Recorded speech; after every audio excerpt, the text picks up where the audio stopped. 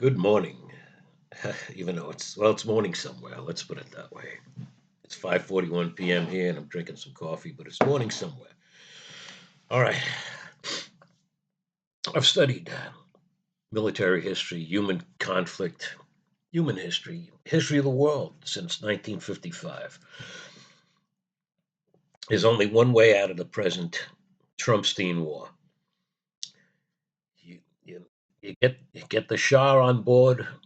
You give him 10,000 mercenaries. You land them somewhere near Iran. Throw them a few tanks. And this is most important because this is why the Bay of Pigs invasion failed. When we promised them air support, we didn't give them air support. They all got massacred. So we got the Shah. We got 10,000 paid mercenaries, so we don't have to send American boots, put American boots on the ground. Stupid expression. And this is the most important part. You give him massive close air support. Okay, massive close air support. He marches in a column of 10,000 mercenaries. He rides in a tank. Give him a tank. Give him a few tanks, which really don't really count for much these days in the days of drone warfare. So we could afford to give him as many tanks as we want, really. So we give him some tanks.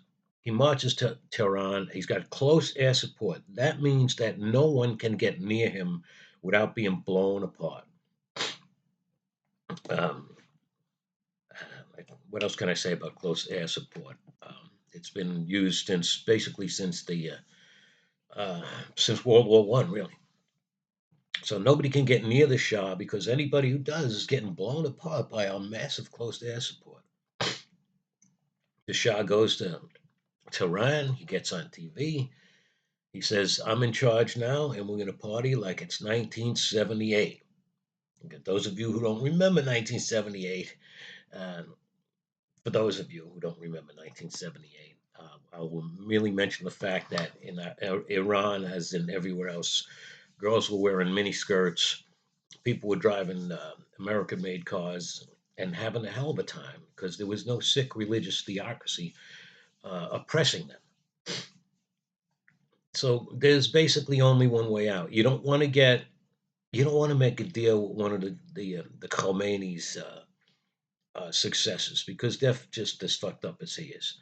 So what you really want to do is you want to install a democracy, pretty much like what the Athenians did during the Peloponnesian War. If they take over a place, it was basically the Athenians who were real Democrats against the Spartans who were basically autocrats, even though they had two kings.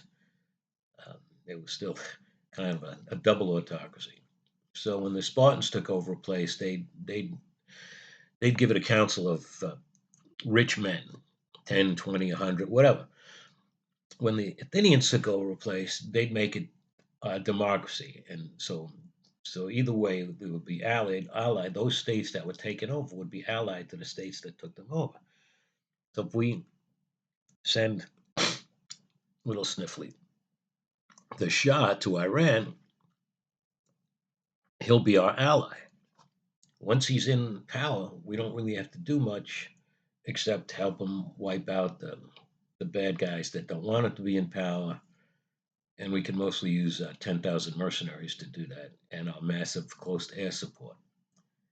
And we can use strategic bombing when necessary to do that. Okay, so there's only one way out, and it's called the Shah.